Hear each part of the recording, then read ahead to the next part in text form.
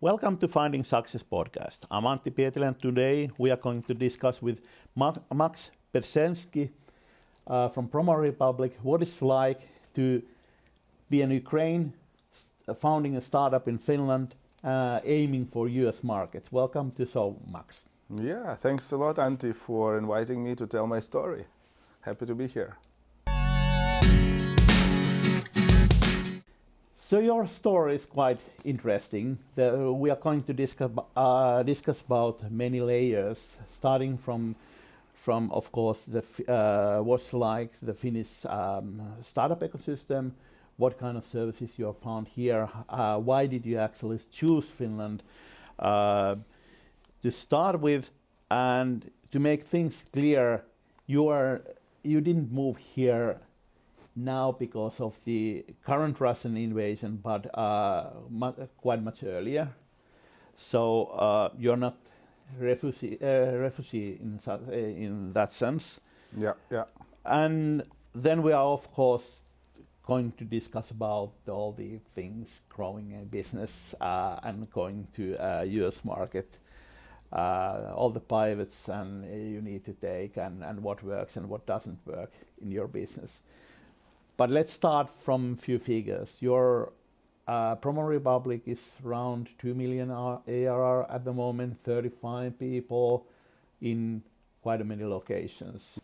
So we have our head office here in Helsinki, and because we're targeting US market, we have our sales people, sales and marketing kind of hub in the East Coast of US in New York. And our team is pretty distributed.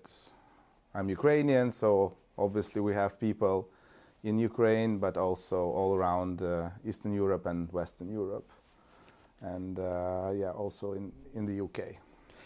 Let's talk about the product itself. So what is PromoRepublic all about?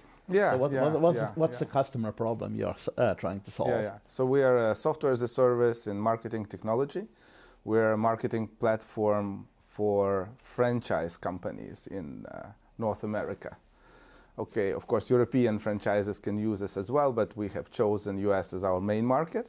So what our product specifically does, we're helping franchise companies that have lots of locations, like physical locations. So our platform helps every single location to be visible online on all these new platforms, like review sites, listing sites, social media platforms, Google Maps, local search. So we just make sure that if someone is looking for a specific kind of company like barbershop or a similar or a specific business, exactly. They just find that specific location in the top search. So, but you didn't start from the agency side. Yeah, we didn't. So that's where we found our product market fit, and that's where it scales really nicely now and has a really great retention. However, to get there, it took us a while to figure out the product, to understand the actual needs of local businesses, because franchisees, those locations, they are like local businesses, like SMBs. And they're non-marketing savvy, non-tech savvy. So we needed to figure out how to make sure they can actually use marketing software, but still it doesn't require much time from them to succeed on online visibility. And for those kind of companies, small operations basically, running the show, whether it's a restaurant, a barbershop or whatever, it might be all these, keeping your company listed on all the different sites and being present online is quite much work. It is, and that's actually what we started with. So initially we launched product for small businesses to simplify their presence on social media. And we know that social media works only if you are regularly, consistently posting quality content, which is really hard to prioritize being an entrepreneur running a small business. So with that idea of actually making that happen for small businesses, we've launched initial PromoRepublic, automating everything that could be automated to run social media marketing, but also templatizing. So we've built like a huge library of ready-made social media posts for pretty much every industry, and and made sure that an owner of a flower shop could actually grab those templates and fill their content calendar for the whole month up front within half an hour. So that was the initial product that we've built for small businesses, and it took us some time to make it easy to use, because if your product is not intuitive, you cannot survive being an SMB SaaS. And also we needed to really understand what makes it work for small businesses to get foot traffic from social media to their shops. What type of content that should be? You started from social media, but when did you add the other listing sites and stuff like that? Because on the you didn't mention social media in the what you are doing now. Exactly, I did. So it's still like one of the main products that we are providing, but we went, as you correctly said, beyond social media marketing. So we added reputation management.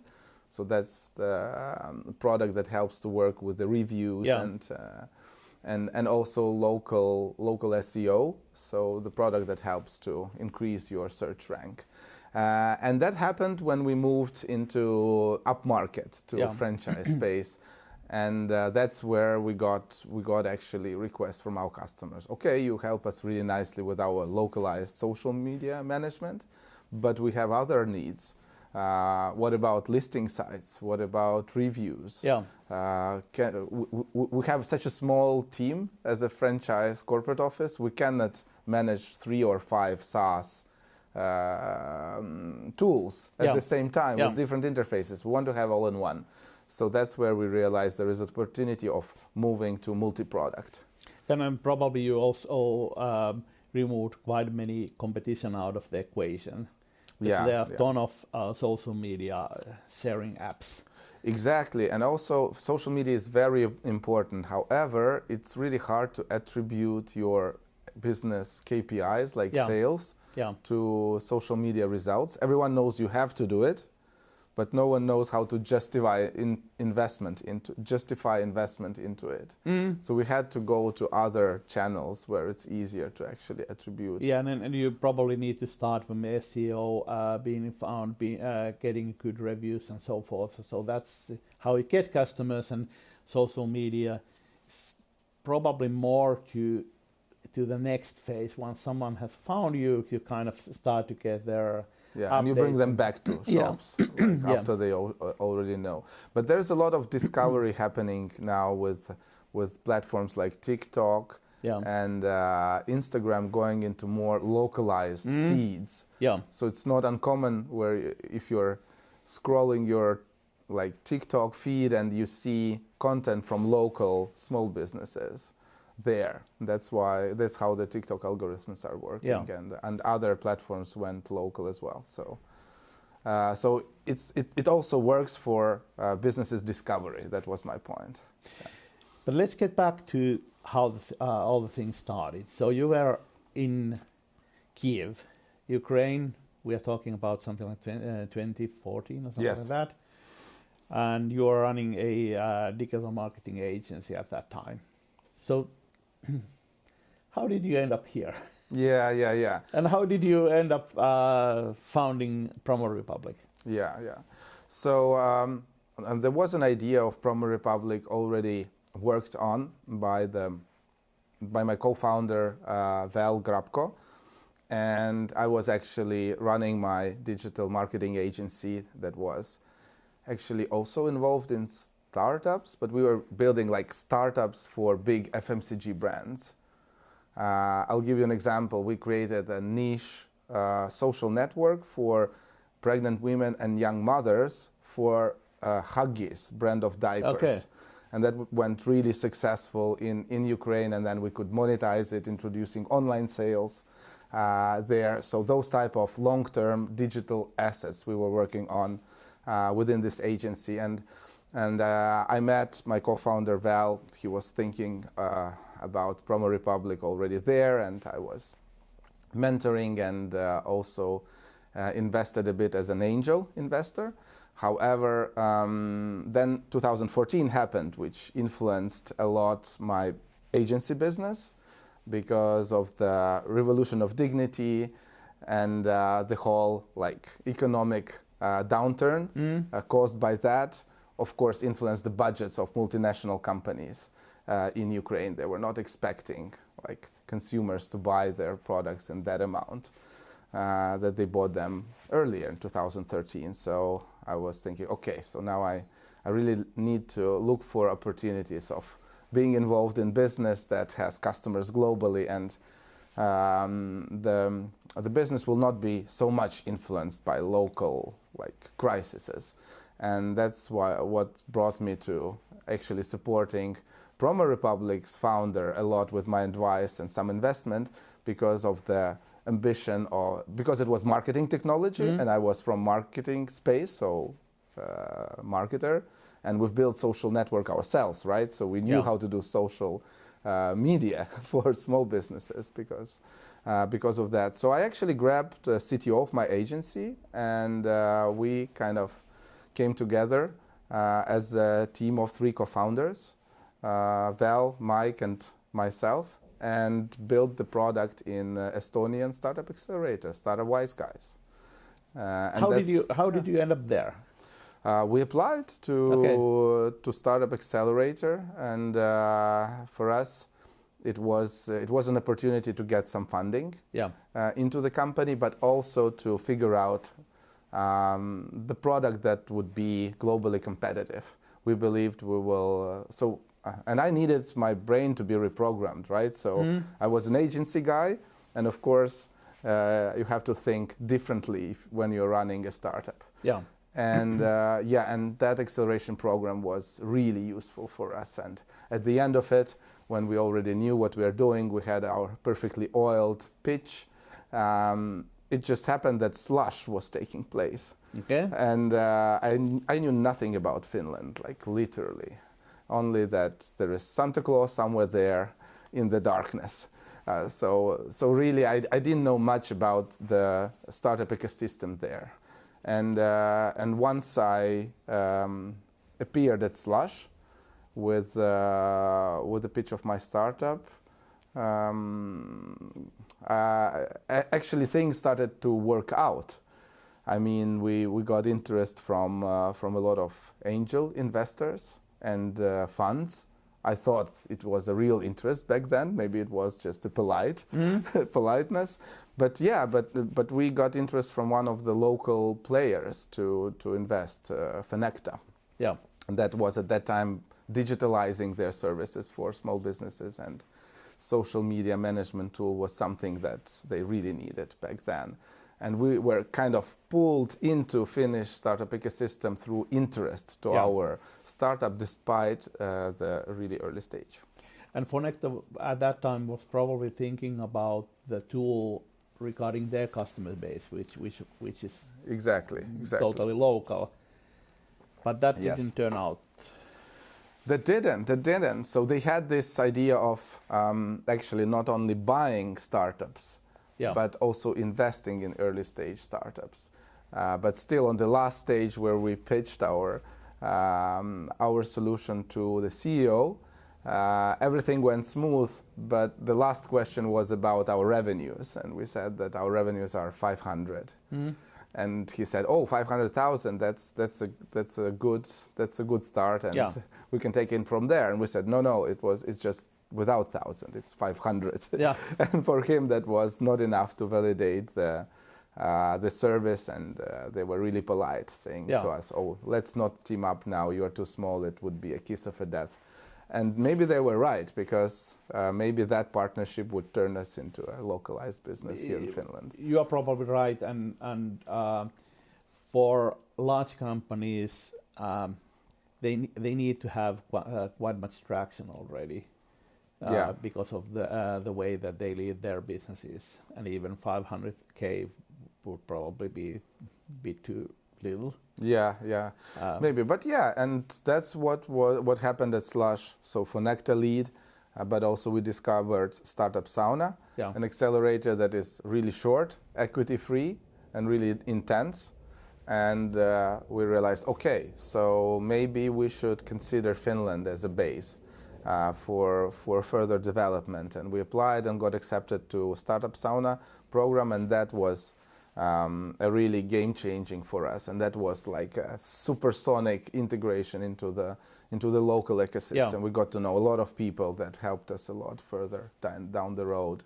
We got our first investors from FIBAN on board. We discovered the opportunities of Business Finland that kind of co-invests with the private investors in SaaS companies, and we just decided to grow from here. When did you actually technically founded the company? Because we were discussing earlier that you actually didn't have the legal entity up and running when you were in Estonia. Yeah. So we had some kind of like an SPV to just get the initial investment, and but the actual company that we have founded here in Finland, that was at the end of 2015. Yeah. So we've been operating without a legal entity for some time before we were sure what we're actually doing, how we're splitting the equity and so on. So we gave ourselves time to figure that out, and I think that's something that I would also advise to other founders, to fund the company specifically when you already know what you're doing and when it's really needed for some specific things. But I would definitely advise to have informally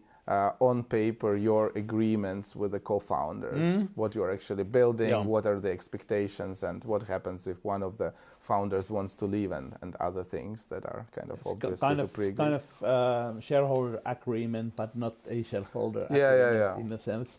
And I agree with you that in the early phases you'll probably make pivots regarding the target market, the product, and business model, and so forth. In quite a short time, you will learn a lot, and people you think that will be a great asset for the original plan may not be assets for the next phase, or people who think that they have time and energy and passion for the product once it's developed, or once they learn that there's quite much hard work ahead, they kind of drop out. So it's much easier when they are not shareholders that you need to acquire their shares and something like that, because you probably don't have much money to do it anyway. The longer you manage without the legal entity, the easier it is, and also you'll enjoy the longer their startup status, because you can easily spend 1 year or 2 years in, let's say, hibernation, finding yourself mode where you're not doing any revenue or any actually even building a product. And some financing instruments require that you are less than 5 years old, for example, so you can easily lose 2 years there. Cannot add anything to that. That's really how it is. But let's go through the Finnish startup ecosystem. So we're getting some two of the list of 15 out. So what else? Okay, so I mean, the whole we are really grateful to Finnish startup ecosystem for where we are. At that time, we of course didn't have any experience of Silicon Valley or US as a whole. None of our 3 co-founders have been in the US before actually launching there. So we had no idea how the country is, how the business culture works, and so on. And actually, we're also grateful to Finnish startup ecosystem that we ended up in the US, because we were kind of pushing that thing. Okay, we are launching in the US, but actually to go there, 3 of us, it takes time, it takes money. Yeah. Once we're there, we want to stay at least a month or even longer just to get a feel. And that's why it was like a hard decision when to do it, when to prioritize this trip with our like limited budget. But we happen to be one of the best performing teams in the startup accelerator, Startup Sauna. And for those, for several top teams, like there was a Silicon Valley trip as a part of the program, and that's where we actually ended up being. So we were kind of physically pushed by the Finnish startup ecosystem to the Valley, where we spent 2 weeks, and then we went further to our seed investor who is based in Boston, and we learned about the ecosystem there. And obviously New York was close to Boston. That's where we also spent around 1 or 2 weeks. So we had like the whole initial overview about the main centers of startups in the US, and of course that was eyes-opening trip, and that increased our ambition level a lot. So maybe Finland cannot provide all these things, but Finnish startup ecosystem actually pushed us to the place where we could get those things, skills, and initial network. Were you considering Europe in the early phases as a target market or not? How did you? Of course, we now know the why you end up in targeting US, but yes. So part of our service of the initial product was this content library. Yeah. The library of social media posts templates, and when we were thinking, okay, so now if we scale in Europe, we would need to translate it to a lot of languages. So we became gray hair. So that was so hard for us to do, because our content library was actually like smart, because we had all the data on the performance of every template once posted by a small business. Yeah. Because we got this like data on all the likes and comments, we could tell which posts actually work best. And based on that information, we could make more of these. So we thought, okay, so it's so language and culture specific. If we do it in one country, it should be a big enough country to actually scale there with the same product. Now when we went up market, it's not relevant anymore. Every franchise company create their own content library, or digital assets, how we call them now. But back in the days, we were really specific to language, and that's why we chose a bigger market. Yeah, that's probably, let's say, natural choice. That's one thing I'm always wondering, that we have something like 750 million people in Europe, and somehow we all end up targeting, let's say, Nordics, Netherlands, UK, US. So it's kind of English-speaking Europe and US. Yeah, I guess. So you talk about SaaS. SaaS have probably been a good place for getting funding also in the later rounds as well. Yeah, definitely. I think that's a unique conference. Of course, organization is really great, especially the matchmaking tool and area and so on. But the actual timing of the conference is very good. So it's the last one for sure in the startup conferences sense, and it's so close to Christmas, and everyone wants to give it like a last shot to make like last deals, to close rounds before Christmas. So it's like really close to deadline, and things just happen way faster than they would happen on any other conference. And of course, we have the luxury of being based in Helsinki. We have all these people just coming to us, and that's so great. So they're like coming to our home, and you can host them, you can show around, you can build relationships, and of course you can meet a lot of people from all over the world that you wouldn't actually meet in your daily routine. And if you want to connect with the local ecosystem, of course you go to Arctic 15 conference, which is much more cozy and smaller, and even more focused on funding. Exactly. You also mentioned Epicenter, Maria 01, banks, and those kind of so things. I mean, like, if you continue what we benefited from being based in Finland, I mean, the players of startup ecosystem. So I mentioned Startup Accelerator, but there are also co-working spaces which are also kind of magnetizing everyone who is connected to startups. Like Maria 01 obviously has a great community for the earlier stage startups. Epicenter Helsinki being rather a place where you connect with a later stage founders. So I think it's like a scale-up co-working space and community space. And obviously, if you're talking about financing, so you have Team Finland, like with Business Finland, having various products for startups of all stages. Finvera helping to get additional funding, collaborating with the Finnish banks like Nordea and OP.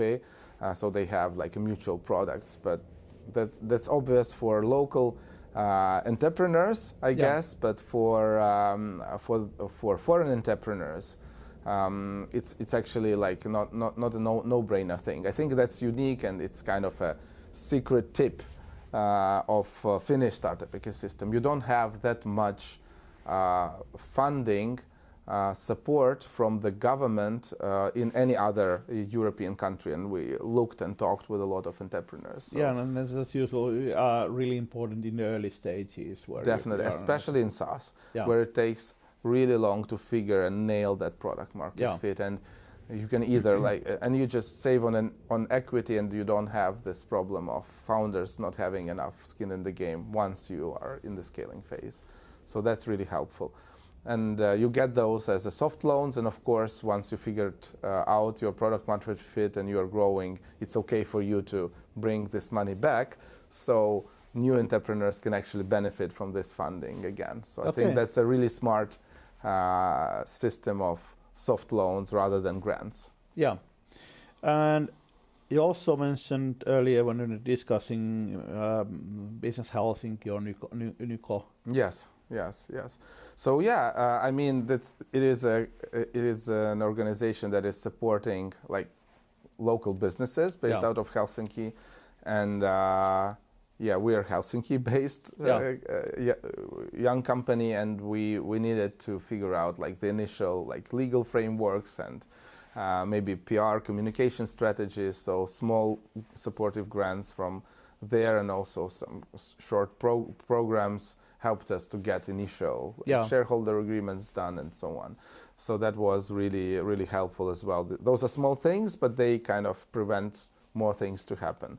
And you just get it solved with help of these awesome guys. So we're really grateful as well.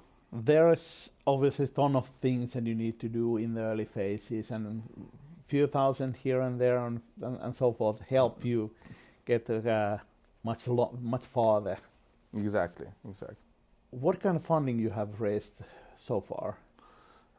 So we raised all types of funding we could get in the early stages to actually survive and continue building our sales and marketing organization and the product. So in the early days, we raised from angel investors and from seed stage funds, which there are a lot here in Helsinki and in Finland, like overall. There are angels, super angels, and seed stage funds that actually are actively investing into, especially in Finland-based startups, as they know all the legislation and formalities, and contracts are easy to understand and so on. However, we also raised from investors from our target market, US. So we have some great business angels that actually know that specific market we were targeting. So we got some money from there as well. And being a Finnish company, it's really easy to raise from wherever in Europe. Finland is really known for its simple legal framework and the absence of corruption and the protection of the IP. So no European fund actually has any issues of investing into Finland-based startups. And also, like customers-wise, we're still getting all the money to our Finnish entity from the US, not actually to our American subsidiary. So it seems like no one has a real issue with payments going to Finland. What about the US investors? Did they have any problem with the US Finnish entity? Of course, you will probably found them from Slash, so they're kind of kind of already done their homework. Yes. So I think that it's simple. I mean, every single investor of this world invests in Delaware-based company. Okay. But some of them don't invest to others. All right. So in terms of like the size of the funnel, I mean, it makes rationally sense to place your company in Delaware. Yeah. Right. However, so you don't get the benefits of being like a local startup, and like shorten the sales cycles, raising around you, and still in the early stages.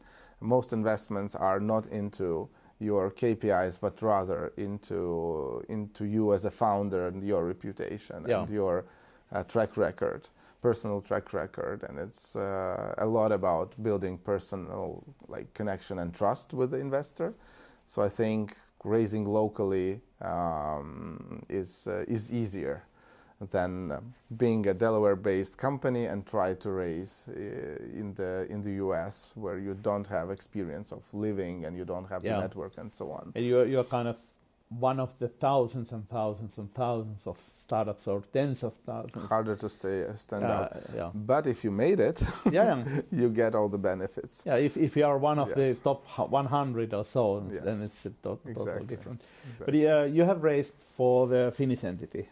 Yes. Yeah, not your US entity. Yeah. No. So they kind of have just a let's say employment office there, kind of thing. Yes, it's easier to hire people, especially if they're like A players, not as entrepreneurs, but rather like have them on payroll. So it makes them more comfortable for them to be employed. And in Europe, you use contractors. When they are not in Helsinki, or how do you? Because your team so we have people on payroll here and in US. Yeah. And other employees it's like a standard way when you're running a remote company. Yeah. So you have them as contractors. Yeah.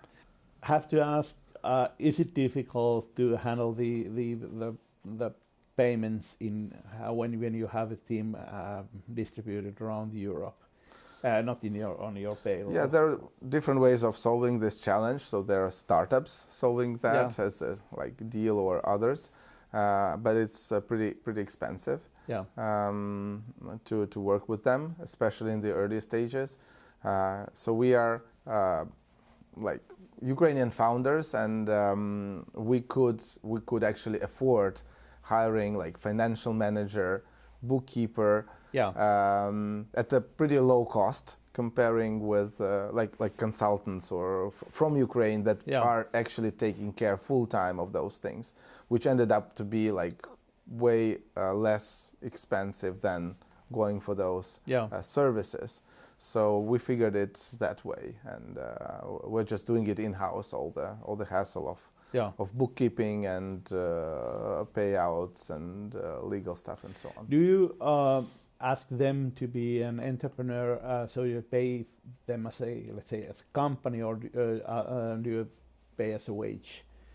No, they have their own like companies, like single entrepreneurs. So they handle all the pensions and insurance and stuff like that. So which is easier for us, and they can enjoy the flexibility of working remote. So that's a win-win, I guess. And obviously it's really difficult if someone is placed in a country where you don't have a local presence to actually handle those kind of things. Yeah, exactly. Really difficult to learn them.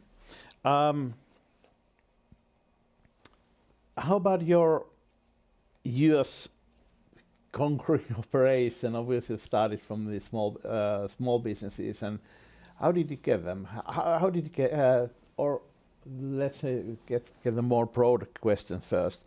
How do you get customers? Yeah. So we had also like pretty, I would guess, a non-standard story of, so of course we launched our product in the US and we had just a couple of customers, and these are small business customers. Of course they're not using product every day. Maybe they signed up, maybe they even paid, but then nothing really happens. And having just a couple of dozens of them doesn't really help you to build the product, right? And you're just sitting and nothing happens, and the energy level in the team goes down, and you cannot really do much to get more of them. So with the SMB, you need to have thousands to actually have all these metrics. So what we did, we went for this kind of Black Friday type of deal with a company called AppSumo. So what they do, they do this Black Friday type of deals every day. So they have a huge list of potential buyers that want to pay once the price of the annual price. They pay once and they get lifetime access to your product. So it's like take it or leave it, once in a lifetime offer. And it was really hard to get into this kind of schedule of AppSumo deals, but somehow we did it. And within 2 weeks, we got something like 4,000 users. And the benefit of it is that we got a lot of cash. So of course, we had to give up like 70% or something like that to AppSumo for them to actually do this promotion. But 30% was still a lot. That was a couple of 100,000, right? And that was almost like running, I don't know, crowdfunding campaign in a way, right? And what it did magic. So it brought like thousands of customers within several weeks. And imagine how many questions to all the about all the bugs, about all the imperfect interfaces we received within this time. So that turned us from a kind of hibernating zombie startup to actually super energized 24/7 working team of a growing startup. And that thing actually pushed us to create a really good product. So we just stopped getting all these complaints and messages and so on. And we learned how to deal with a lot of feedback and not to get kind of defocused on every single claim. So we have to think strategy, we have to prioritize features. So that brought us a lot. And and that's how we think. Because of that AppSumo deal, we actually got our really good product that really helped small businesses. How do you see the AppSumo now? This several years once you made those lifetime deals. And obviously you are not going to get any revenue from those customers other than probably some upsells. You can manage. Many entrepreneurs are kind of wary of making the decision to go with AppSumo because of that. But for you, it's kind of a funding round. Kind of we looked at it as a funding round and as a customer development initiative. We made it in a smart way, so we didn't put our like regular product on AppSumo. So we made like a special product with a specific feature set. So that those users couldn't actually claim all the advancements of our main product. So we just said, okay, so that's what you bought. There will be no more features. So if they wanted more features, they had to switch to monthly payments. And I can talk about AppSumo experiences long. I don't think we should dedicate all of the time here, but it has obviously different sides of positive and negative. And for some companies, it's a really good channel to get initial customers if you do it right. And I don't see a downside of it. If companies are in this cheapium mode, or free, or not freemium but cheapium, so they can really get those initial customers, and then they run out of something, and then they have to pay. So it's actually a good. We were not that case, but I saw startups benefiting from AppSumo being in this cheapium model.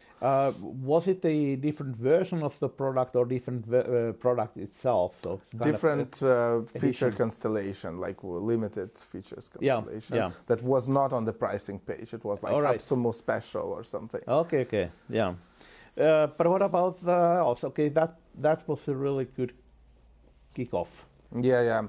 And after that, we had to go like content marketing to generate those inbound leads and traffic. So we started to educate small businesses how to actually succeed on social, inspire them for actions, and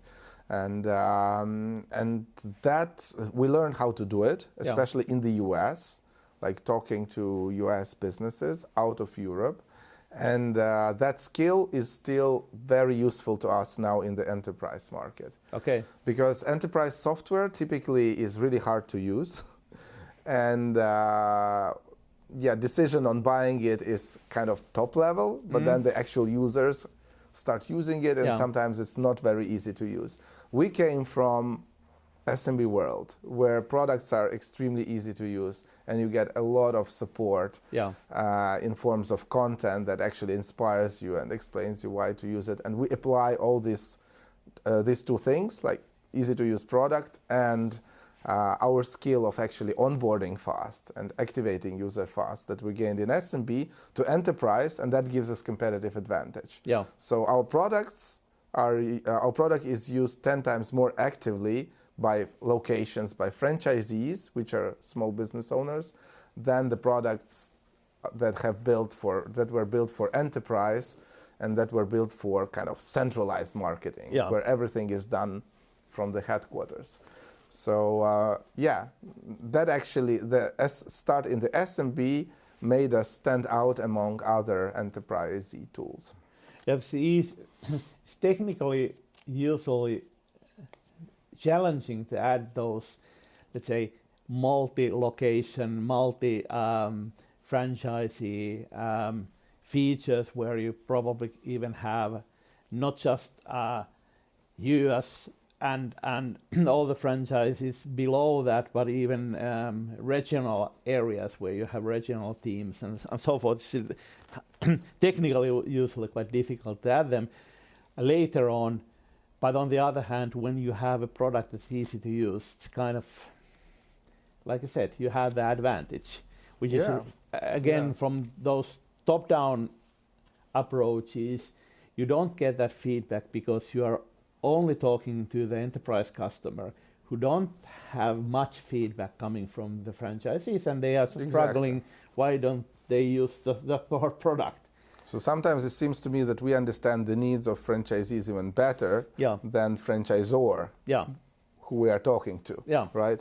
So that's what our customers value in us, because we bring this to actually we bring the idea of distributed marketing to their businesses. So we are increasing their marketing team, enabling franchisees for professional marketing with our platform.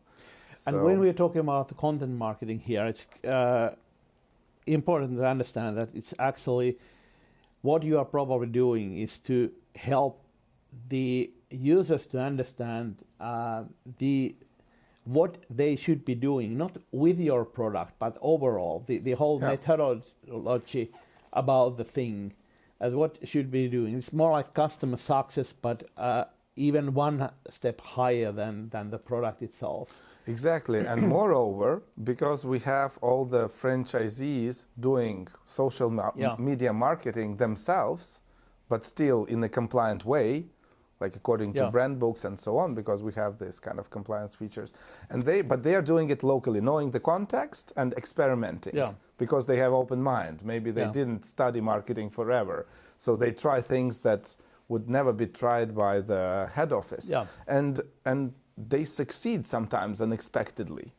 And then our system helps, identifies this anomaly. And okay, oh my God, that post went viral. What happened there? And then of course, marketers in the corporate office can reverse engineer and say, okay, so that's what they've done.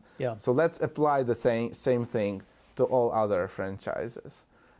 Because it's in a way same business. Some context is not applicable everywhere, but some is.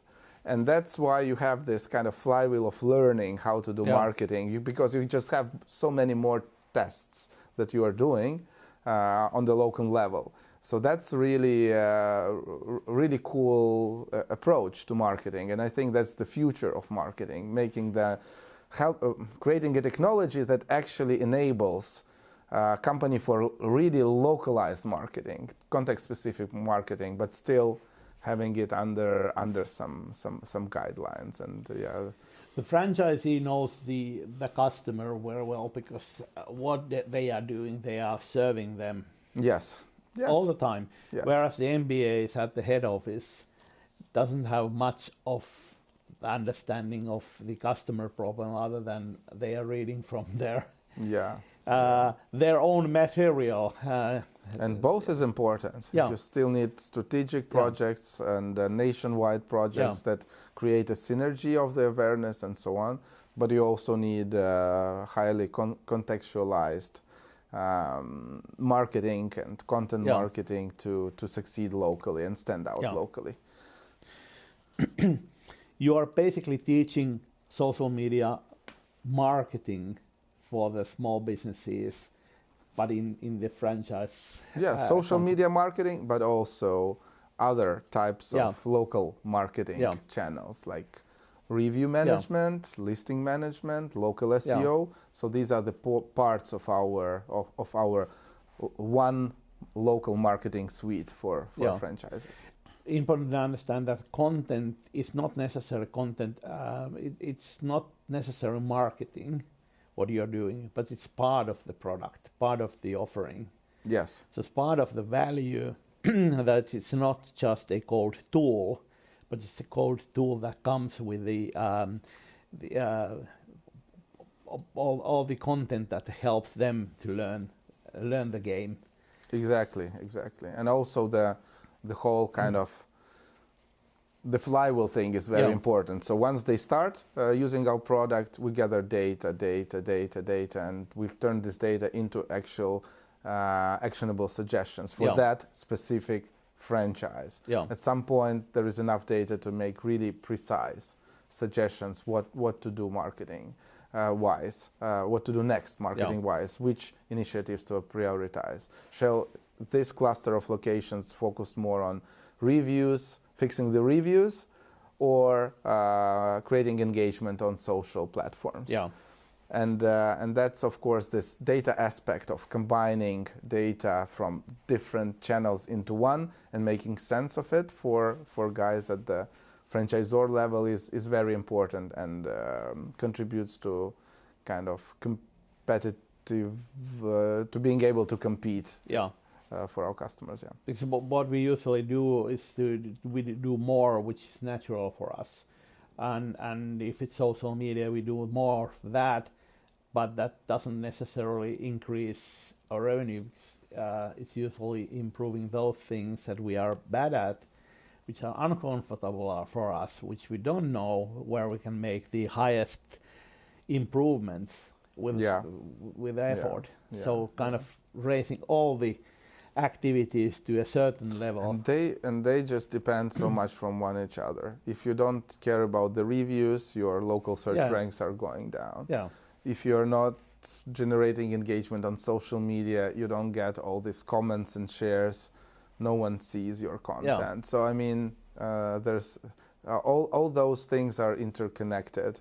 And building this local visibility of every single location is an asset, and that holds. And you can develop it further, you can keep it on the same level, but you cannot afford not doing anything there, because you will go down in all ratings and you will be practically invisible online. And having an operation where you can kind of touch all the bases with the that you learn how to run the whole show, it's actually quite difficult. But once you are there, it's surprisingly, let's say, effortless. Very difficult, because you have to integrate into all these platforms, and there's not enough fingers on hands and feet. And learning all the, let's say, the different games, because everyone has a different game. So not about tools, but all about the game in TikTok is different from the game in Facebook, and it's different from Google Maps. And TikTok could be irrelevant for some types of businesses. Like I think it's relevant for all types of businesses now, like increasingly. But yeah, I mean, the selection of platforms is specific for different industries. I agree. Once you made the pivot from SMBs to the franchisors,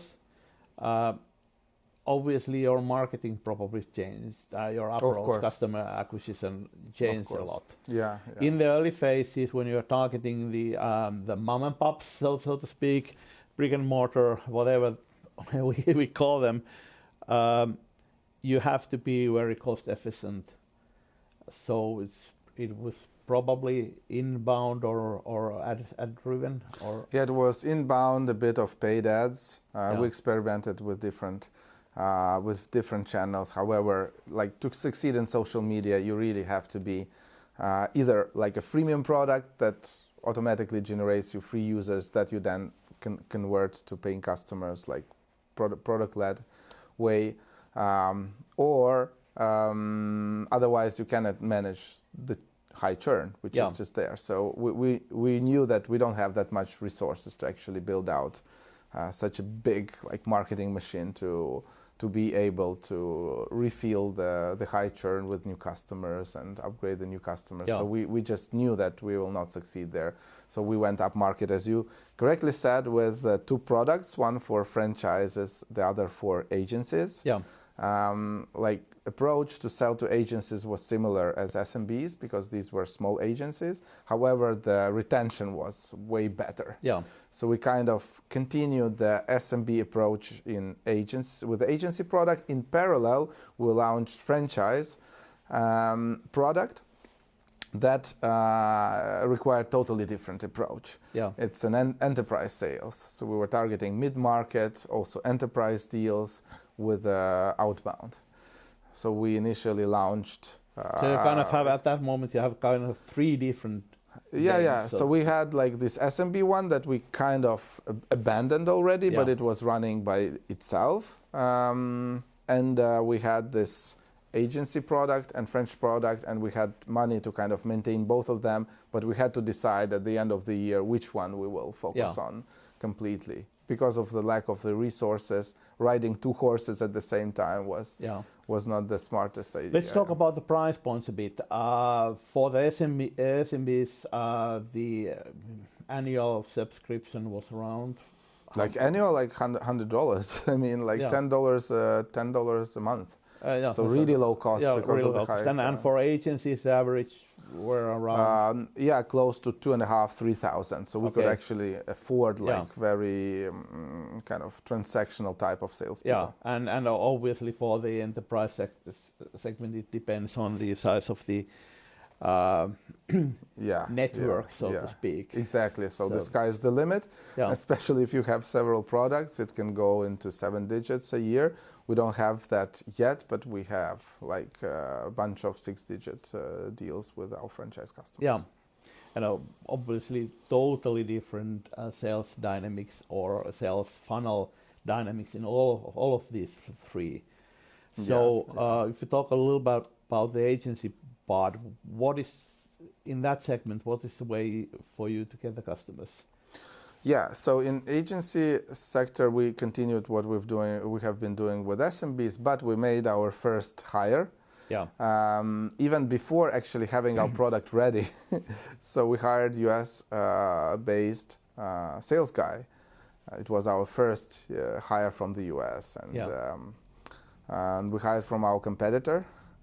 And so, I mean, the sales guy knew how to actually sell social media services to small businesses because he was doing it like several years in a well-oiled sales organization. And we didn't expect him selling like 100 contracts within a couple of weeks.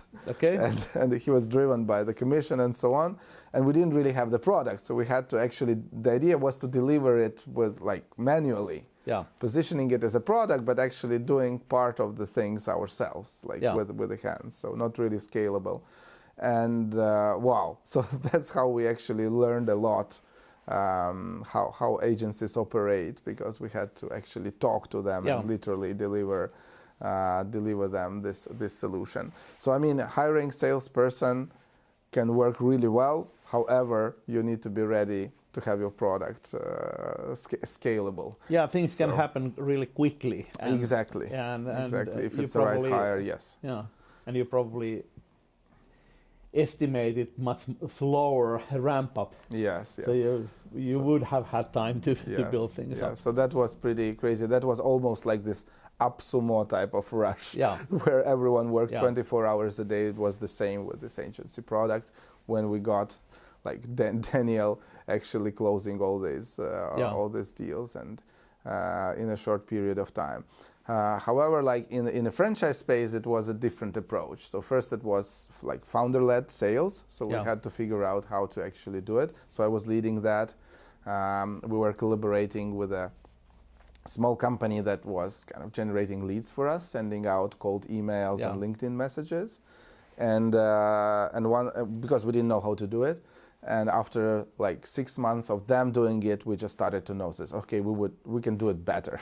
And we knew how to do that cold outreach already, working with them. So I would also advise other companies in the earlier stage to work with those lead gen companies to get initial like low-hanging fruits on a demo calls. And at some point we were already sure that we have enough leads coming in more predictable way of the ideal customer personas, and that's where we made our first account exec hire. And I was less involved in demos, but still keeping the finger on the pulse.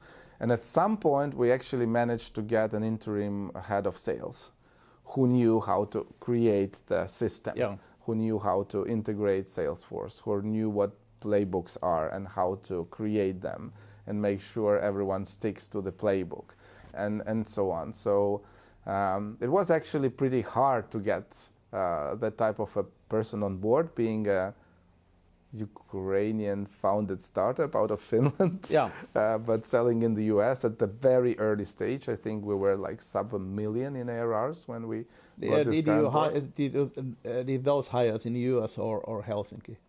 In US. However, we made it with help of a consultant who actually helped to position this vacancy like on a really top level. So he had his approach how to actually do that. So he created a really wide funnel of candidates with the LinkedIn ads, and then he kind of filtered out maybe top 2, and then went for one candidate that he really wanted to get for us, and kind of said, hey, we've done a really huge funnel, and actually now you're in top 3 out of 300. And you really need to give your best and do this sales plan of 90, 60, 30 days, what should be done. And then, and he was really cool and experienced, and many times chief sales officer himself. And in a way, like his credibility brought credibility to us as well, and we could get this person on board. And that was an A player, and they exist, and they deliver indeed. And it's never kind of an overpaying thing if a salesperson actually delivers. It's a revenue flow. Like each salesperson is a flow of revenue if he or she hit the quota. So great channel, but how to make it work is a challenge, and you just need to be ready to try and fail. At the moment, do you have a separate person to create those leads, or are the account executives also doing the cold calling in the front? Or no. We thought that they would be like account execs would generate leads for themselves, but that doesn't really work like that, or it didn't work in our case. So I would never hire now like account exec without being sure we can deliver enough leads for him or her to work on and to close. And we made this mistakes actually twice, hiring additional account exec before we could generate leads. And we're generating leads from inbound and outbound, and also community led marketing approach. Do you have some like sales development rep kind of position there? We do. Yeah. We have even sales operations team lead that is actually kind of working with SDRs and applying different software that help SDRs to generate scheduled calls for account execs, and they collaborate really tightly with marketing department that generates content and all the webinars and roundtables and community facilitation approaches that we're using, and they go hand in hand. So our emails become less cold if they're combined with this like educational, like valuable content that we put into them. So one of the problems that, let's say, Finns especially are having, that they don't build the SDR operation or the lead gen operation properly. For an account executive, if he or she needs to do the whole sales process, takes so much time and reduce the win ratio for the existing prospects as well. The SDR is specialist operation itself. It's still complicated, but you kind of can still focus on calling or emailing or whatever you are doing, and not trying to manage the process. The other thing I'm seeing is that we are too often using external agencies, and the problem with the external agencies is that they work for a certain period of time, but what they don't do is they don't help you to build the competencies of doing the operation yourself. So at some point you need to take it in-house and start building your own database and so forth. Exactly. Usually you will get leads from contacts that you have contacted before, but the agencies are basically contacting cold base all the time. So they are not learning, they are not getting better, they are not building systems because of the model how they work. Yeah, I believe in agencies at start where you have no clue. Yeah. However, now agencies try to make it as a black box. You cannot really learn. Yeah. We were working with an agency that was like a startup themselves, and now they have grown to one of the biggest on the market. Yeah. It's called Belkins. But back in the days, they were in the beginning, and it was pretty transparent how they did the outreach, and we like internalized it pretty fast and built on top of their knowledge, like our specific knowledge of our customers. Because the whole operation, how you create leads to your sales team, is really important. And you mentioned there are a ton of things happening there. You have inbound, you are doing outbound, there are... And community. I think that's underestimated channel that becomes more and more popular to stand out in the harsh competition. There are events and there are forums and so on. So there's a ton of places where you can go and fish for those leads. Then you have all the Gartners and Forresters of this world. So analyst relations and media relations go on top. Yeah. So it's not just marketing and not just sales, but there's it's a cross-functional thing to make it most effective. It's a cross-functional thing. For the last question, if you were 25-year-old again, knowing what you know now, what advice would you give your 25-year-old self if he would be starting at this point? Should he start the same kind of business or same kind of career? Or where I would definitely start also my first business would be like a business that could develop globally. Yeah. So with the agency, we've grown it several times to pretty high revenue numbers, but then because of something that happened locally in Ukraine, revenues went down, and we were like, oh my God, what we've been doing last 3 years, it was just like time waste. So, so I would encourage actually founding a business that is facing global markets from day one. Yeah.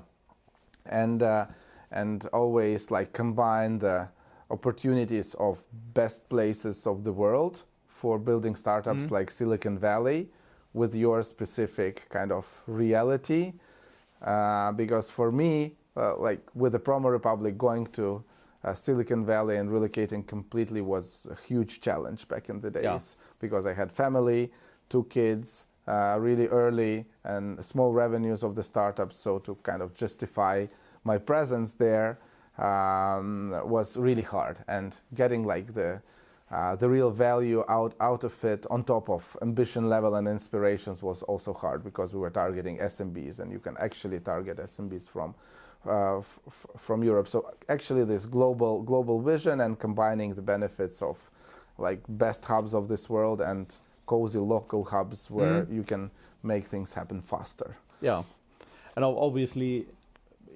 in Silicon Valley, for example, if you need to hire developers, it's hugely expensive. Every hire is something like many times expensive hire and lack of loyalty. Lack of loyalty, yeah. So and then probably also difficult to get funding. If you are one of the best, then it's easy. But if you are not, you have to prove that you have the center of your life interests in the valleys, that you are local, and then it starts to work out so much easier on all fronts. Yeah. And it's actually the same in Finland. So once you get the credibility, reputation that you're local, you're here, it like people start to pull you, literally. Yeah. So it's a big difference that you're between like being outsider and actually considered outsider and local. And I think it's the same for all the local communities. Yeah. So yeah. Not being in between, but still being placed in one place that has nice benefits. I think that's the way to go. For you, obviously at 25-year-old, I don't know if you had kids at that age, but I didn't. You are free to relocate yourself much easier. But once you have kids, especially school age, it's kind of, can you imagine yourself moving to Silicon Valley now? Yes, but that would require like a big reasoning behind it. So either like a really big growth round where we understand what markets are we going specifically after. So that would be one of the events that would like kind of motivate me to relocate. Yeah. So at the moment I'm more like in the mode of fly in like pop-up offices in the US for several weeks. Yeah. That worked pretty well for us. But of course, being local, being in the context would accelerate our company dramatically. But it would be a, let's say, not an easy decision. It would be harder than at 25 without kids. That's your point. Yeah. And for that reason, it makes sense to make a, when you're selecting where you start your company, to select somewhere where you can raise your family. Yeah, I mean, for me it was so easy in Finland, being a foreigner.